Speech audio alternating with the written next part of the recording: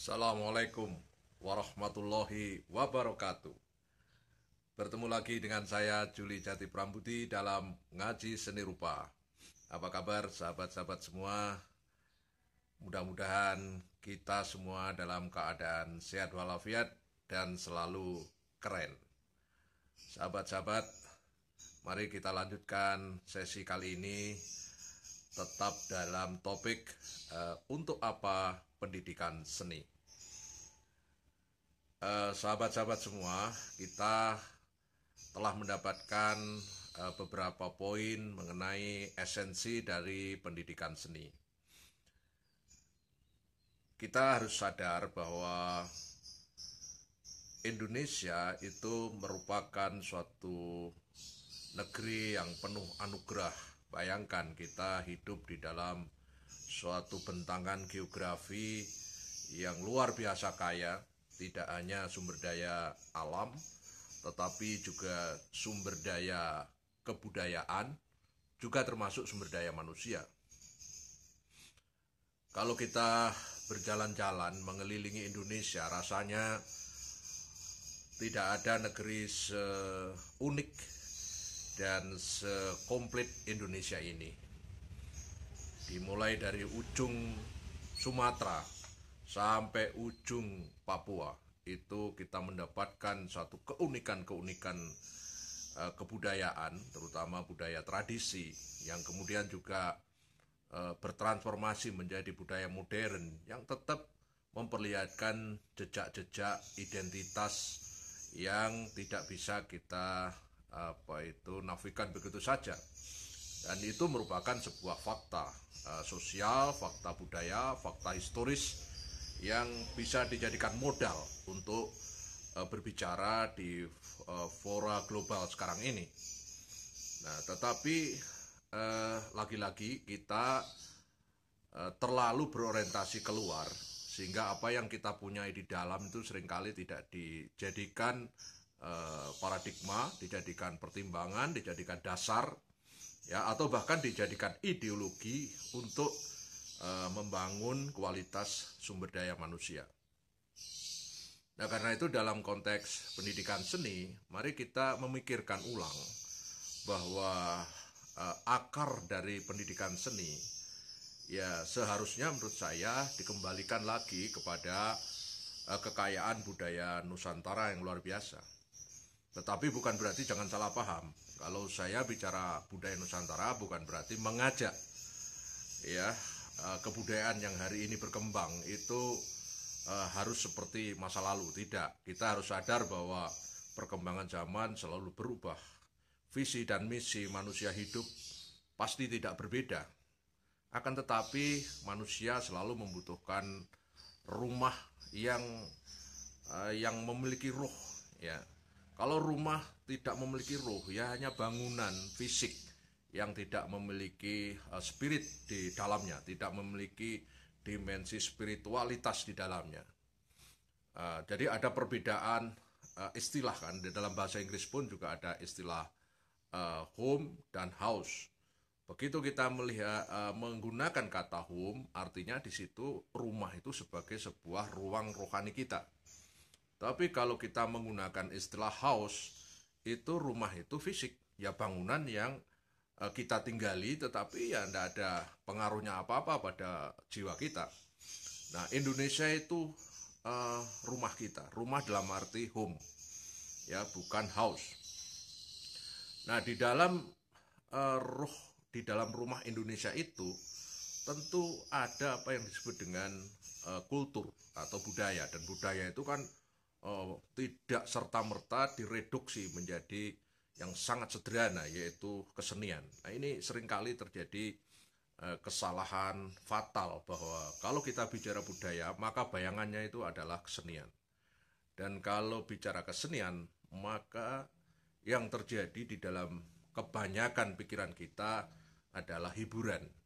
Padahal seni, ya, seperti yang sudah saya katakan pada video-video sebelumnya, adalah satu bentuk bagaimana pengalaman manusia itu dihayati.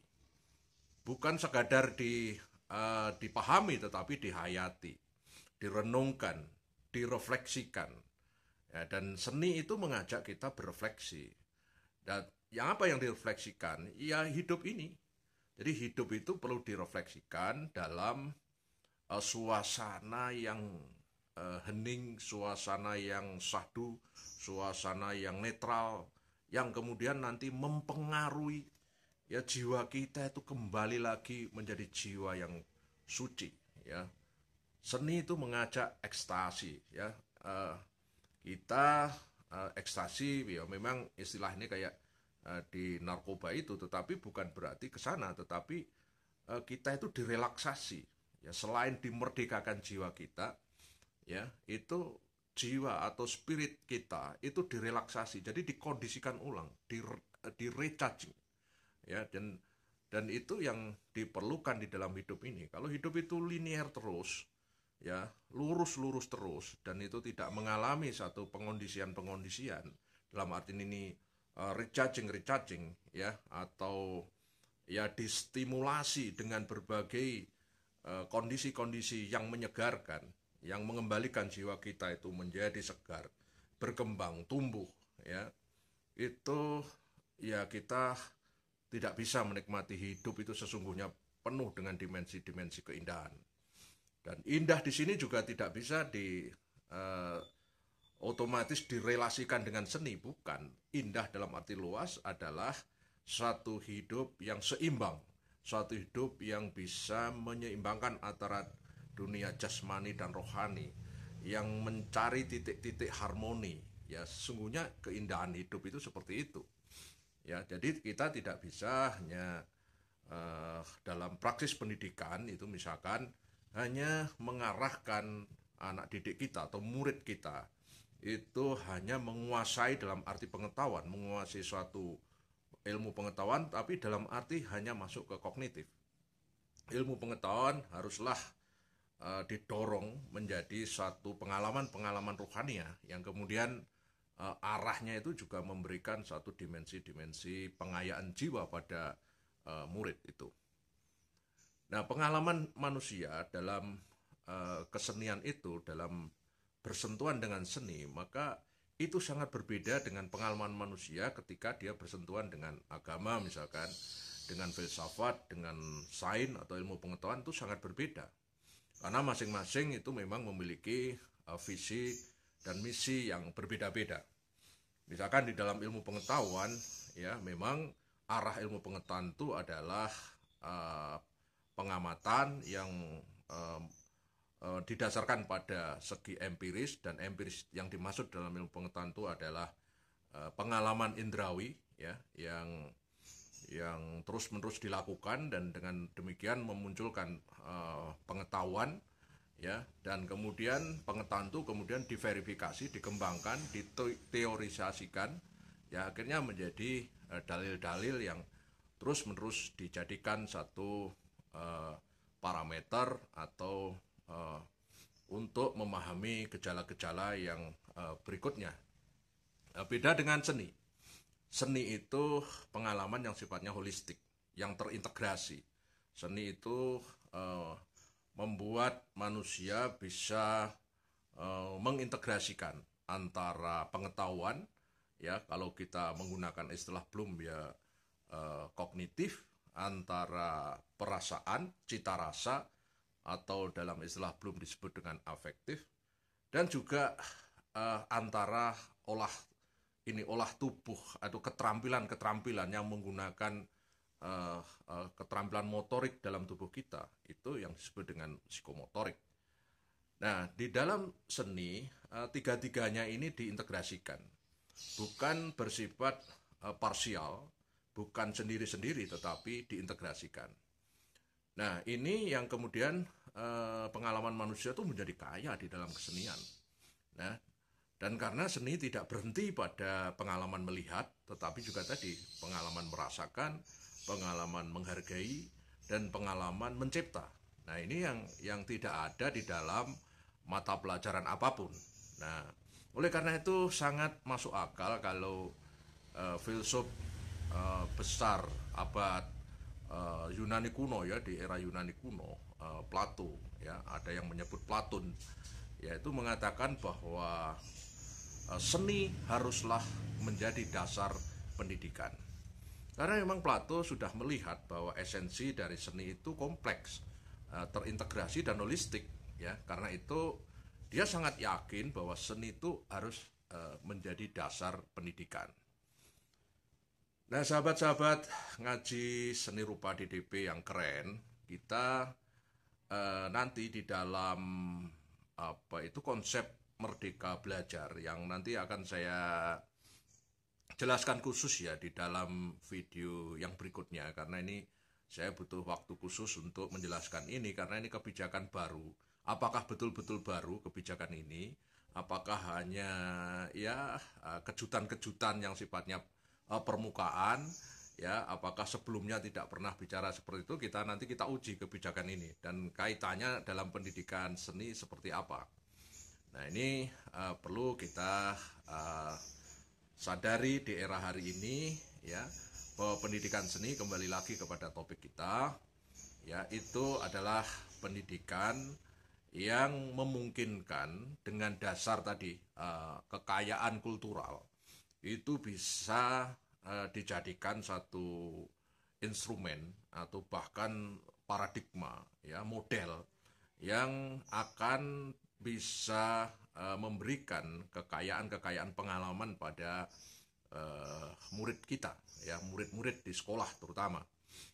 Nah, kemudian yang perlu saya sampaikan, pendidikan seni itu, ya, selain